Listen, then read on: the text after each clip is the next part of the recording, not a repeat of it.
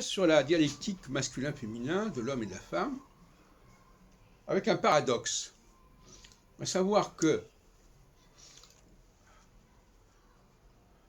je vais essayer de dire les choses de manière qui ne soit pas problématique, si on peut dire, même sur ces questions-là, c'est toujours glissant. Un paradoxe, à savoir que l'homme est cantonné dans son rapport à la femme à une fonction physique, si on peut dire.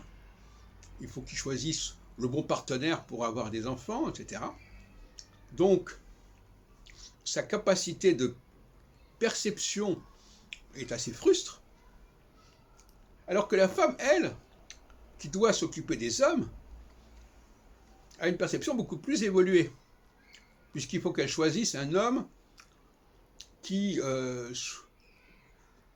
dont elle perçoive l'avenir, donc elle perçoive la réussite professionnelle et la carrière.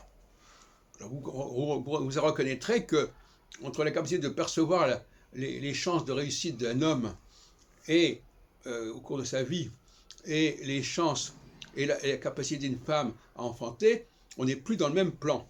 Mais c'est un paradoxe parce que justement, c'est le rapport du récepteur et de l'émetteur. La femme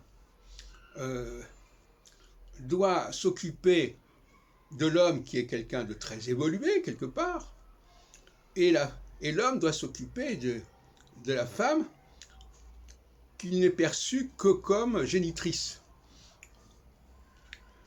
Et si on voulait pousser plus loin la comparaison, on dirait que le sexe de l'homme est quelque chose de très primaire, c'est un tuyau pour arriver à la femme, par lequel passe le sperme, comme dans les pipelines passe le gaz ou le pétrole, alors que pour la femme, c'est un channel, si on peut dire, au sens parapsychologique ou paranormal du terme.